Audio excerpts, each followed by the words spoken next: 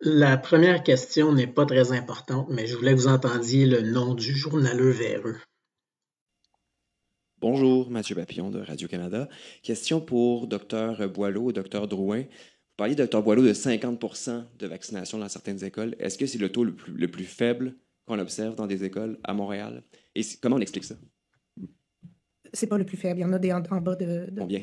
Là, il faudrait que je sorte ma liste d'écoles, mais ça peut aller jusqu'à 30% dans certains. C'est sûr qu'un des enjeux avec les couvertures vaccinales, l'indicateur n'est peut-être pas le plus parfait parce que, évidemment, il y a certains carnets de vaccination de certaines personnes qui arrivent de l'extérieur où il faut traduire leur carnet, il faut voir, avant de le rentrer dans notre registre québécois. Donc, toute cette opération-là, des fois, fait en sorte qu'on a des couvertures plus faibles. Mais globalement, là, ce qu'on garde, c'est qu'on a quand même autour de 80% de nos enfants au primaire, secondaire. Mais il y a certaines écoles dans certains territoires où, évidemment, des fois, il y a plus d'hésitation vaccinale, il y a plus de classes d'accueil, etc. Donc, les chiffres sont plus bas. Mais ce qui est quand même positif, c'est que quand on y va, quand on fait des démarches, puis mon collègue aussi de Laval a fait la même chose dans des contextes, évidemment, où il y a des cas ou dans des contextes de rattrapage, quand on explique bien, quand on arrive quand même à aller chercher des couvertures et à atteindre peut-être pas le 95% toujours, mais quand même de monter de façon très considérable. Donc, je pense qu'on a cet effort-là à faire, d'aller vers les communautés. On l'a fait dans d'autres contextes pendant la COVID. Variole Simienne, d'aller, d'expliquer et d'amener les gens à comprendre les bienfaits.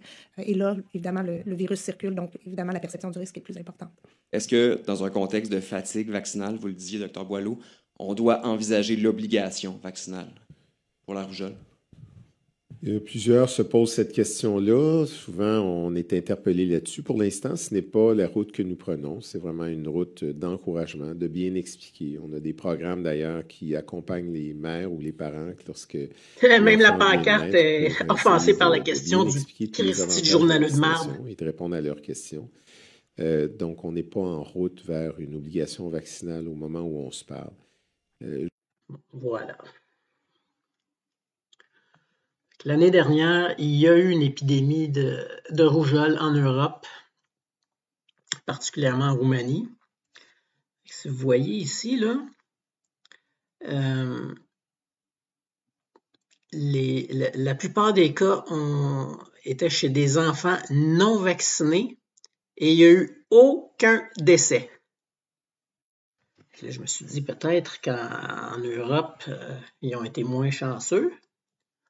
On va voir ça ensemble.